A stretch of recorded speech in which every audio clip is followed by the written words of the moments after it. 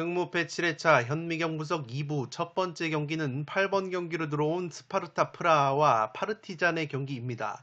저는 단통 무승부로 가보도록 하겠습니다. 아직 현미경 부석 1부를 보지 않으신 분들은 지금 화면 위로 올라가는 링크를 클릭을 하시면 1부 먼저 시청을 하실 수 있습니다. 이 스파르타 프라하 같은 경우에는 체코 리그에서 3위를 달리고 있습니다. 슬라비아 프라하가 1위를 달리고 있고 스파르타 프라하는 이 3위에 처져 있는데 홈과 원정 경기 성적을 비교해 봤을 때 홈에서 9승 2무 0패로 원정에서의 5승 3무 2패보다 확실히 홈 경기에서 깡패 면모가 있는 것이 스파르타 프라하라고 보시면 되겠습니다. 다만 제가 단통 무승부로 가는 이유는 일단 체코 리그가 웨파 랭킹을 기준으로 17위에 머물러 있는데 반면에 세르비아 리그 같은 경우에는 의외로 웨파 랭킹이 12위로 이 5계단이나 세르비아 리그가 높기 때문에 이 세르비아 1위를 달리고 있는 파르티잔이 체급 면에서 전혀 밀릴 것 같지 않은 매치라고 보시면 되겠습니다. 이 파르티잔 같은 경우에는 홈과 원정 경기 성적을 비교해 봤을 때 오히려 자국리그 원정 경기에서 11승 0무 0패로 원정 깡패 면모가 있습니다. 이 컨퍼런스 리그 성적을 보시면 6승 3무 3패 중에서 원정 성적이 2승 2무 2패로 쉽게 패하지 않는 모습을 원정에서 보여준 바 있고 이 파르티잔 같은 경우에는 에이스 공격 자원인 히카르도 고메스 선수가 리그에서 19골이나 넣어주면서 굉장히 맹활약을 해주고 있기 때문에 이 고메스 선수의 발끝에 기대를 걸어봄직한 파르티잔이라고 보시면 되겠습니다. 반면에 스파프라 같은 경우에는 공격수 흘로제크 선수가 이 컨디션이 상당히 좋은데 이 반면에 흘로제크 선수 외에 양쪽 측면에서 제 몫을 해줘야 되는 이 패색이나 하라스린 같은 측면 자원들의 컨디션은 상당히 떨어져 있는 것이 아쉽다고 보시면 되겠습니다. 패색 선수가 5경기에서 무득점, 하라스린 선수 역시 5경기 무득점이기 때문에 이 흘로제크 선수의 어깨가 상당히 무거울 것으로 생각이 되고 있습니다. 살롱 코멘트에서 정리를 해드리면 생각보다 체급이 있는 것이 파르티잔이라고 보시면 되겠습니다. 체코 리그보다 오히려 세르비아 리그가 웨파 랭킹 면에서 5계단 높은 부분이 있기 때문에 이 세르비아 리그 1위를 달리고 있는 파르티잔이 체급 면에서는 그렇게 밀릴 것 같지 않은 매치라고 보시면 되겠습니다. 이 스파르타 프라하의 흘로제크라는 공격수가 최근에 좋은 컨디션을 보여주고 있지만 흘로제크 선수 외에 양쪽 측면 자원인 패색과 하라스린 선수의 컨디션이 떨어져 있다는 부분이 리스크라고 보시면 되겠습니다. 반면에 파르티잔이 자국리그 깡패 면모와 더불어서 원정 경기에서 11전 전승을 달리고 있고 확실한 공격 자원인 고메스 선수의 골 결정력까지 좋은 상황이기 때문에 이 스파프라의 지금 투표율이 60%가량이 몰려있다는 부분에서 한번 과감하게 틀어볼 만한 매치라고 생각이 됩니다. 따라서 저는 과감하게 단통 무승부로 가면서 이변을 노려보도록 하겠습니다. 9번 경기는 셀틱과 보데글림의 경기인데 셀틱의 단통 승리로 가보도록 하겠습니다. 보데글림이라는 팀은 노르웨이 팀인데 기본적으로 스코틀랜드 리그와 노르웨이 리그의 체급 차이가 있습니다. 이 스코틀랜드는 웨파 랭킹이 9위인 반면에 노르웨이 같은 경우에는 웨파 랭킹이 21위밖에 되지 않기 때문에 확실히 리그 면에서 스코틀랜드 리그가 한 수 위라고 보시면 되겠고 셀틱 같은 경우에는 스코틀랜드 리그에서 1위를 달리고 있습니다. 최근에 홈 경기에서 10승 2무 0패 무패 행진을 달리고 있는 셀틱이고 자국 리그에서도 5연승의 상승세를 타고 있습니다. 이 공격수 후루아시 선수와 미드필더 텀볼 선수가 최근에 부상 여파로 빠져 있었지만 이 두 선수가 복귀 가능성이 조금은 있다고 하기 때문에 만약에 후루아시 선수와 미드필더 텀볼 선수가 복귀가 가능하다면 화력적으로 강화가 되는 셀틱의 공격진이라고 보시면 되겠습니다. 이 후루아시 선수로 재미를 봤기 때문에 셀틱이 일본 선수들에 대한 선호도가 상당히 높습니다. 이 마에다 다이젠 선수와 하타테 선수를 추가적으로 영입을 하면서 이 J리그 출신의 일본 선수들이 상당히 많이 활약을 하고 있습니다.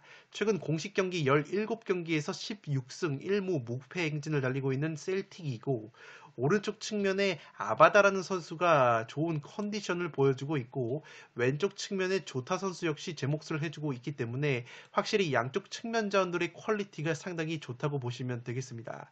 올 시즌 유로파 리그에서 6승 4패를 보여줬는데 홈 성적이 4승 1패로 상당히 홈 깡패 면모가 있는 셀틱이기 때문에 이번 경기 역시 상당히 홈에서 좋은 모습을 보여줄 수 있지 않을까 싶습니다.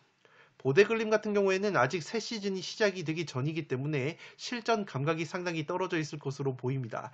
여기에 핵심 자원들이 굉장히 이적을 많이 했습니다. 패트릭 베르그, 공격수 에릭 보테임 같은 핵심 자원들이 모두 이적이 됐기 때문에 공격적으로 전력 누수가 상당히 심할 것으로 생각이 됩니다. 여기에 수비수 뷰에르칸 선수와 로데 선수 역시 독일 무대로 이적이 됐기 때문에 수비 쪽에도 공백이 있는 것이 보데글림이라고 보시면 되겠습니다. 이 보데글림이라는 팀이 이 AS 로마에게 굉장히 좋은 경기력을 보여주면서 국내 팬들에게 눈도장을 찍은 바 있습니다. 컨퍼런스 리그 경기에서 AS 로마를 상대로 1승 1무를 거두면서 상당히 도깨비 면모를 보여줬었는데 그 AS 로마를 상대로 두 경기에서 3골을 넣어줬었던 이 보테임이라는 공격수가 이적을 했기 때문에 굉장히 이 전력 누수가 심할 것으로 생각이 되는 보데글림이라고 보시면 되겠습니다. 살롱 코멘트에서 정리를 해드리면 보데글림의 핵심 자원 이적 및 리빌딩 기간이라는 점에서 그리고 새 시즌이 아직 시작이 되기 전이기 때문에 경기 감각에 대한 물음표까지 있습니다. 여기에 기본적으로 스코틀랜드와 노르웨이 리그 간의 체급 차이가 있는 경기라고 생각이 되고 셀틱 같은 경우에는 후루아시 선수와 텀블 선수가 부상 복귀 가능성이 있기 때문에 이 두 선수가 복귀가 가능하다면 탄력을 받을 것으로 보입니다. 이 셀틱 특유의 홈발까지 고려를 한다면 보데글림이 핵심 자원 이탈 속에서 결과를 만들어내기에는 굉장히 힘든 경기라고 생각이 됩니다. 이 9번 경기는 셀틱의 단통 승리로 가보도록 하겠습니다. 10번 경기는 레스터와 라네르스의 경기인데 레스터의 단통 승리로 가보도록 하겠습니다. 라네르스 같은 경우에는 덴마크 팀인데 이 원체 체급 차이가 나는 매치업이기 때문에 레스터의 승리가 유력하지 않나 싶습니다. 레스터가 최근에 5경기 2무 3패 좋지 못한 흐름을 보여주고 있지만 그래도 직전 웨스트햄과의 홈경기에서 2대2 무승부를 거두면서 경기력적으로 살아나는 모습이 있었습니다. 레스터가 올 시즌 수비 쪽에 부상자가 속출이 되면서 수비가 상당히 불안한 모습이 있지만 그래도 직전 경기에서 측면 자원 하비 반스 선수가 맹활약을 하면서 이 측면 공격이 살아난 부분이 있습니다. 여기에 미드필더 메디슨, 틸레망스, 이 은디디 같은 수준급 자원들의 어떤 중원이 건재하기 때문에 이 덴마크 팀인 라네르스를 상대로도 충분히 체급 차이를 보여줄 수도 있는 매치라고 생각이 됩니다. 라네르스 같은 경우에는 직전 친선 경기에서 2대3으로 패배를 당했는데 최근에 겨울 휴식기 이후에 친선 경기를 통해서 실전 감각을 끌어올리고 있습니다. 한 가지 우려스러운 것은 라네르스의 주전 골키퍼인 카를그렌 선수가 질병으로 인해서 출전 여부가 불투명하다는 소식이 있기 때문에 이 수비 쪽에 공백이 예상이 됩니다.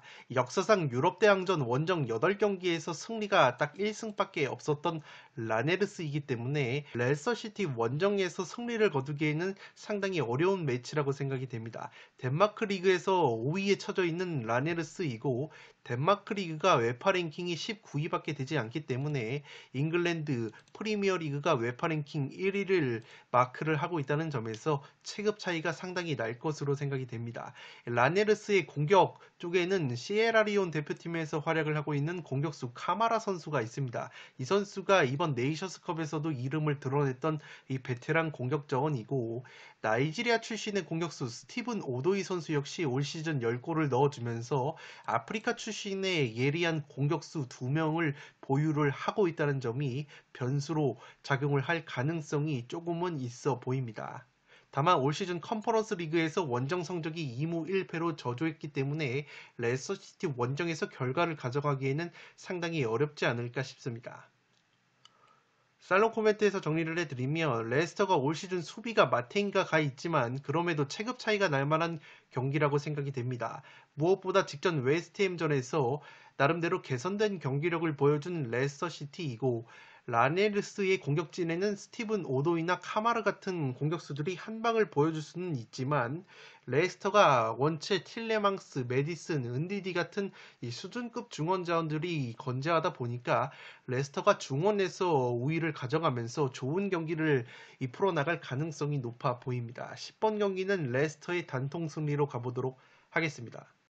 11번 경기는 포르투와 라치오의 경기인데 승패로 갈라보도록 하겠습니다. 포르투가 최근에 5경기 4승 1무 무패 행진을 달리고 있습니다. 직전 스포르팅과의 홈 경기에서 2대2 무승부를 거두면서 1위 자리를 지켜냈는데 포르투 같은 경우에는 이번 시즌에 챔피언스리그 무대에서 활약을 하다가 1승 2무 3패의 성적으로 유로파리그로 떨어진 부분이 있습니다. 공격수 타레미 선수가 최근에 좋은 활약을 보여주고 있고 측면 자원인 오타비오 선수와 이 비에이라 선수가 좋은 컨디션을 보여주고 있기 때문에 포르투가 특유의 화력을 홈에서 보여줄 수 있는 매치라고 생각이 됩니다. 다만 우려스러운 것은 측면 공격 자원인 루이스 디아즈 선수가 리버풀로 이적이 됐기 때문에 이 디아즈 선수의 공백이 조금은 느껴지지 않을까 싶습니다. 라치오와의 상대 전적은 과거 2003년에 2승 1무 우위를 점했던 부분이 있지만 굉장히 오래된 상대 전적이기 때문에 의미는 없을 것으로 생각이 됩니다. 올 시즌 챔피언스리그 무대에서 AC 밀란에게 1대0으로 승리를 거둔 바 있는 포르투이기 때문에 충분히 라치오를 상대로도 체급 차이는 느껴지지 않을 가능성이 높아 보입니다. 라치오 같은 경우에는 최근에 살아나고 있습니다. 5경기 3승 1무 1패의 흐름을 보여주고 있는데 직전 볼로냐와의 홈 경기에서도 3대0 완승을 거뒀습니다. 라치오가 올 시즌 고전했던 이유가 수비력이 상당히 불안했다는 점인데 최근에는 그래도 수비력이 살아난 부분이 있습니다. 자국리그 경기에서 AC 밀란에게 0대4로 대패를 한 것을 제외하면은 5경기에서 무실점 수비를 보여주면서 수비 조직력이 조금은 올라온 모습이 있습니다. 공격수 임모빌레 선수가 여전히 꾸준하게 득점을 해주고 있는데 밀린코비치 사비치 선수 같은 경우에는 최근에 주춤하는 모습이 있습니다. 올 시즌 유로파리그 무대에서는 원정 성적이 1승 1무 1패로 기복이 있는 모습을 보여줬던 라치오이기 때문에 포르투 원정에서도 또다시 수비 불안을 노출을 하게 된다면 포르투가 자랑하는 양쪽 측면 자원에게 굉장히 고전을 할 가능성이 있어 보입니다. 홈 경기가 7승 3무 1패로 극강의 모습이지만 원정에서 확실히 세리에 A를 기준으로 5승 2무 6패, 원정에서 성적이 좋지 못한 라치오이기 때문에 포르투 원정에서도 굉장히 고전할 가능성이 있어 보입니다. 이 중앙 수비수인 아체르비 선수가 최근에 부상으로 빠지면서 수비가 흔들렸던 모습이 있었지만 최근에는 그래도 아체르비 선수가 없는 상황에서도 무실점 경기를 연이어서 해냈기 때문에 굉장히 수비 쪽에서 의외로 선전을 할 가능성도 있어 보입니다. 살롱 코멘트에서 정리를 해드리면 라치오가 기본적으로 측면 수비에 약점이 있습니다만 최근에는 그래도 수비력이 개선된 모습을 세리에 A에서 보여주고 있습니다. 라치오가 최근 무실점 경기가 그래도 늘어났다고는 하지만 이 무실점 상대가 마테이가 간 상대들이었습니다. 최근에 아탈란타가 공격력이 상당히 떨어져 있는데 아탈란타를 상대로 무실점, 이 블라우비치가 이적을 한 피오렌티나 그리고 최근에 공격 쪽에서 문제가 있는 볼로냐 같이 화력적으로 문제가 있는 팀들을 상대로 기록을 한 무실점 경기이기 때문에 포르투갈 리그 최고 공격력을 자랑하는 포르투를 상대로 무실점 경기를 할 수 있을지 의문이라고 보시면 되겠습니다. 포르투 같은 경우에는 챔피언스리그 무대에서 당시 밀란이 코로나19 여파로 전력 누수가 심했지만 AC 밀란을 상대로 1대0 승리를 거둔 바 있기 때문에 최근에 AC 밀란에게 0대4로 대패를 했던 라치오라는 부분에서 충분히 포르투가 체급 면에서도 밀릴 것 같지 않은 매치라고 생각이 됩니다. 포르투가 루이스 디아즈라는 핵심 측면 자원이 리버풀로 이적을 했지만 비에이라라는 젊은 측면 자원이 공백을 어느 정도 잘 메워주고 있기 때문에 이 측면 공격력이 그렇게까지 약화될 가능성은 떨어져 보입니다. 다만 변수로 보이는 것은 이 포르투의 베테랑 수비수 페페 선수가 굉장히 다혈질 기질이 있습니다. 직전 스포르팅전에서도 퇴장을 당했는데 이 페페 선수가 또다시 돌발 행동을 해서 퇴장이라도 당한다면 최근에 수비력과 임모빌레 선수의 골 결정력이 살아난 라치오에게 홈에서 덜미를 잡힐 수도 있는 매치라고 생각이 됩니다. 그렇기 때문에 저는 과감하게 승패 투폴로 가면서 라치오 이변 쪽도 노려보도록 하겠습니다.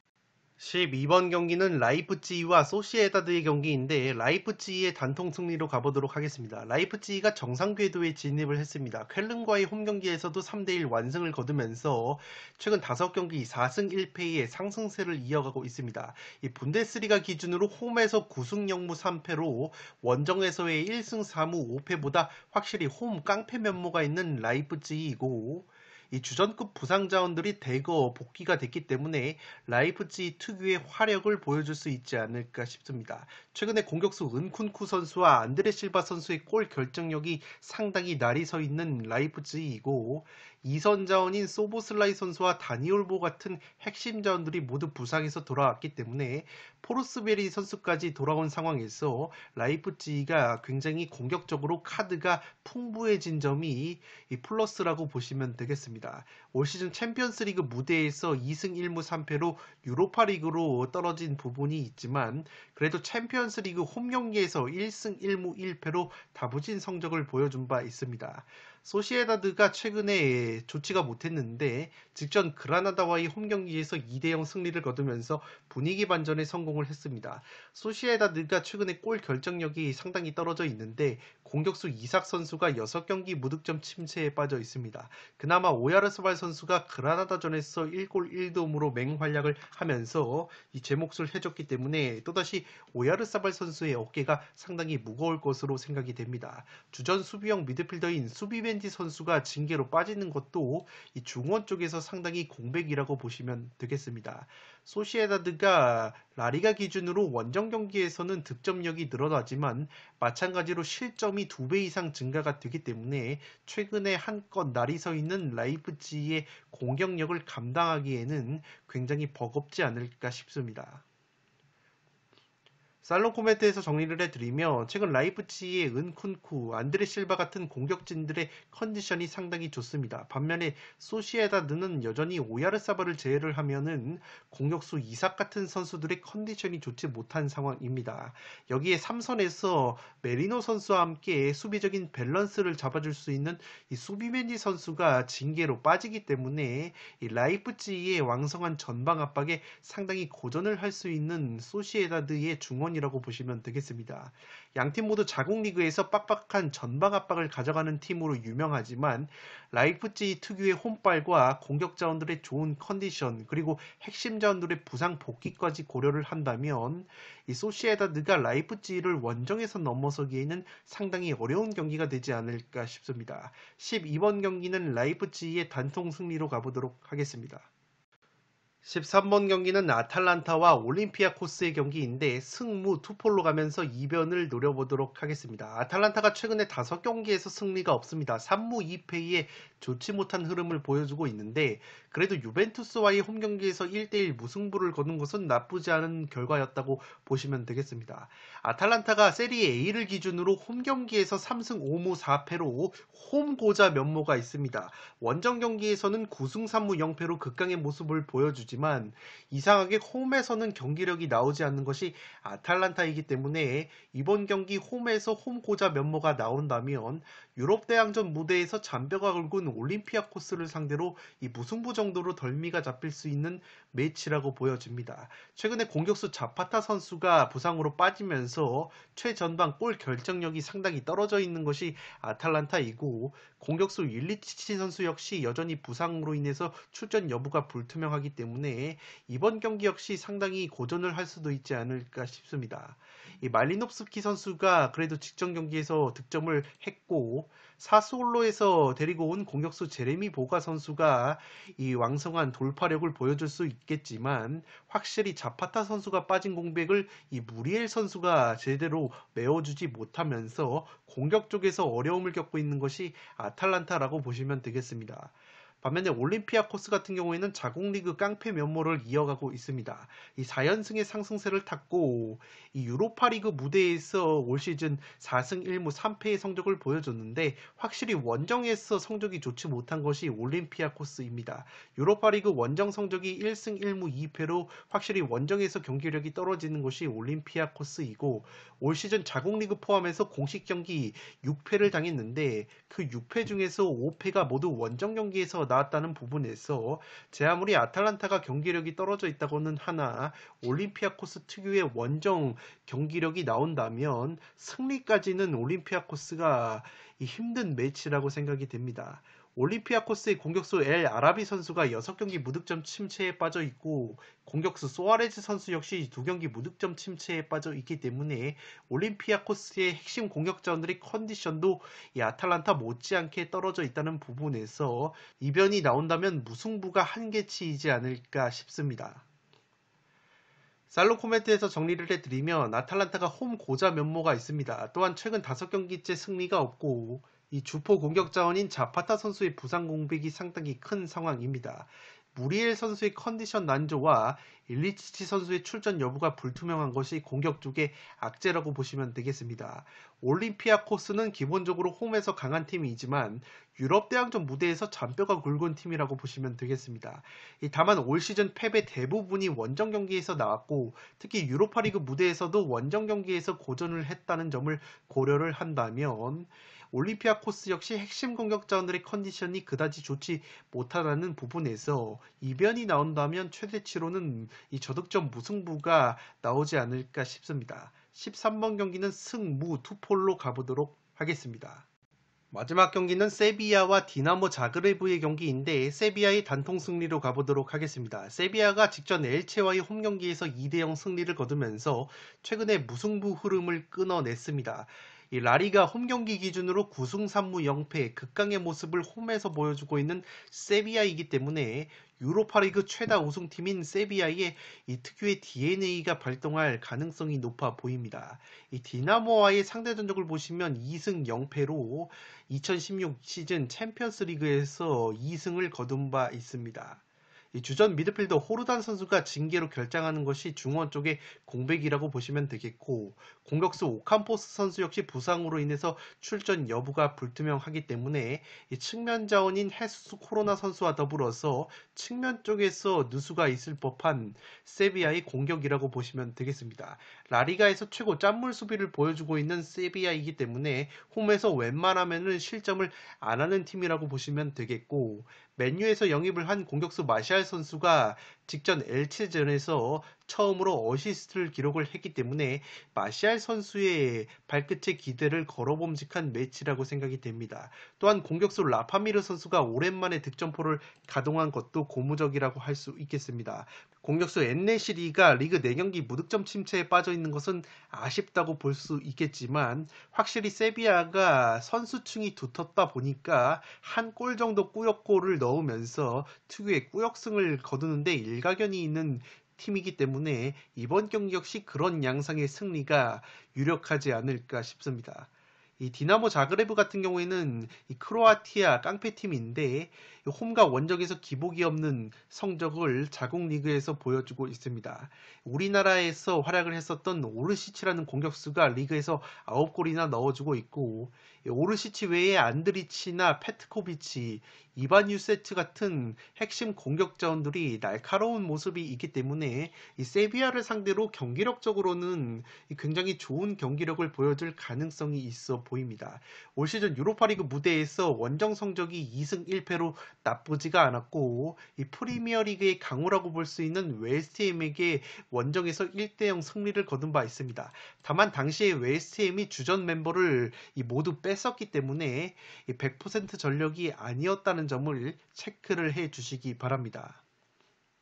살롱 코멘트에서 정리를 해드리면 세비야의 핵심 미드필더 호르단 선수가 징계로 빠지는 것은 아쉽다고 볼 수 있겠으나 세비야 특유의 유로파리그 DNA를 넘기에는 어느 정도 체급 차이가 날 만한 경기라고 생각이 됩니다. 이 자그레브가 오르시치, 안드리치, 이반 유세츠 같은 좋은 공격자원들이 있지만 라리가 최고 짠물 수비를 자랑하는 세비야의 수비진을 쉽게 뚫지는 못할 것으로 생각이 됩니다. 세비야가 올 시즌 라리가 경기에서 골 결정력에 문제가 있지만 그래도 직전 엘체전에서 라파미르 선수가 오랜만에 골맛을 봤고 맨유에서 영입을 한 마시알 선수 역시 어시스트를 기록을 하면서 녹아드는 모습이 있었기 때문에 세비야 특유의 꾸역승은 가능해 보이는 매치이지 않나 싶습니다. 14번 경기는 세비야의 단통 승리로 가보도록 하겠습니다. 네, 이것으로 약 8억 원이 이월된 승무패 7회차 현미경 분석 1부와 2부를 모두 마치도록 하겠습니다. 컨퍼런스 리그와 유로파 리그라는 전무후무한 조합이 들어왔기 때문에 상당히 자료 취합이 어려운 부분이 있었지만 최대한 구독자 여러분들에게 도움이 될 수 있는 자료와 분석을 준비를 했기 때문에 이 분석 내용을 바탕으로 나만의 픽을 만드셔서 꼭 1등에 적중이 되시기를 기원을 드리겠습니다. 끝으로 영상이 도움이 되신 분들은 좋아요와 구독 버튼을 눌러주시면 풋볼살롱 채널에 크나큰 힘이 됩니다. 구독 버튼 옆에 종 모양의 알림 설정을 해주시면 그 누구보다 빠르게 양질의 축구 승무패 포르투 관련 분석 컨텐츠를 만나보실 수 있습니다. 지금까지 풋볼 살롱이었습니다. 감사합니다.